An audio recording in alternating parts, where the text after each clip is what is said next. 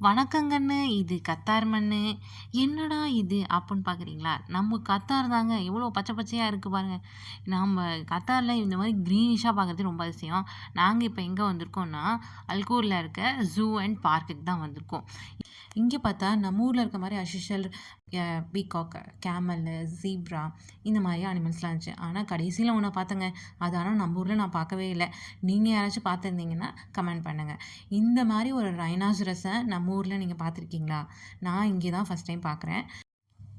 அப்புறம் பார்த்தா குட்டி ஒர்க் அவுட் செஷன் மாரி இருந்தது. அப்புறம் போய் அங்க இருக்கிறதுலாம் சும்மா சின்ன பிள்ளைங்க மாரி லபலபா லபலபான்னு விளையாண்டுட்டே இருந்தேன். இவங்களுக்கு தான் ரொம்ப போர் அடிச்சிருச்சு. இவங்க தான் சும்மா வாக்கிங் தான் போயிட்டுருந்தாங்க.